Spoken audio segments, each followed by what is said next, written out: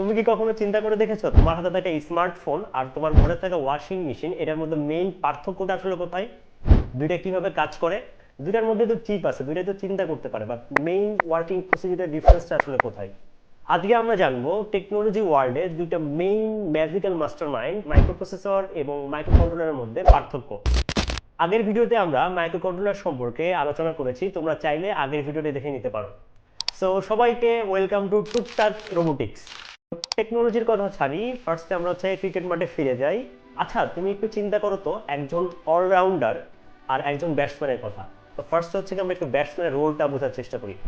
Batsman যে একজন pure batsman, সে কি বোলিং, কিপিং এগুলো নিয়ে ফোকাস করে না, সে শুধুমাত্র তার ব্যাটিং যে জনরা আছে সেখানে কিন্তু সে ফোকাস করে এবং সেটা নিয়ে সে কাজ কাম করে এবং সেটা সে ভালো করার চেষ্টা করে।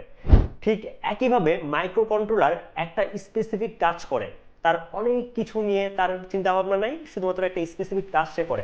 আসলে একটা আমরা এক্সাম্পল দিই, যেমন একটা লাইন ফলোয়ার বোর্ড কিংবা একটা স্মার্ট ডাস্টবিন, সবকিছুই কিন্তু একটা স্পেসিফিক কাজ করে। একটা লাইন ফলোয়ার বোর্ড ও শুধুমাত্র একটা লাইন ফলো করে যেতে থাকে, অ্যান্ড একটা স্মার্ট ডাস্টবিন ওকে শুধুমাত্র একটা কিছু অবস্টাকলের সামনে গেলে ওটা জাস্ট ওপেন হয়ে যায়, তুমি ওটা ফেলে দাও, শেষ ওর কাজ।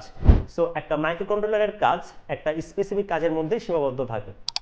এবার একজন অলরাউন্ডারের কথা চিন্তা করো, তার রোল কি স্পেসিফিকভাবে একটা থাকে, ব্যাটিং কিংবা বোলিং কিংবা কিপিং? না, সে একসাথে ব্যাটিংও করতে পারে, একসাথে বোলিংও করতে পারে, তাই না?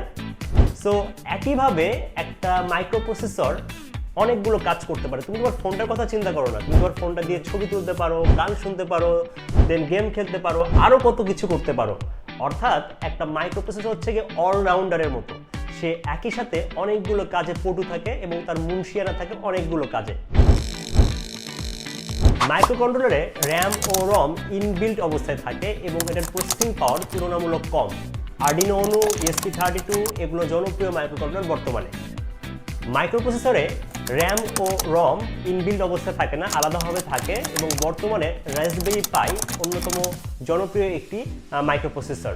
কমেন্ট করে জানাও তুমি তোমার প্রজেক্টে কোনটা ইউজ করতে চাও, মাইক্রোকন্ট্রোলার নাকি মাইক্রোপ্রসেসর।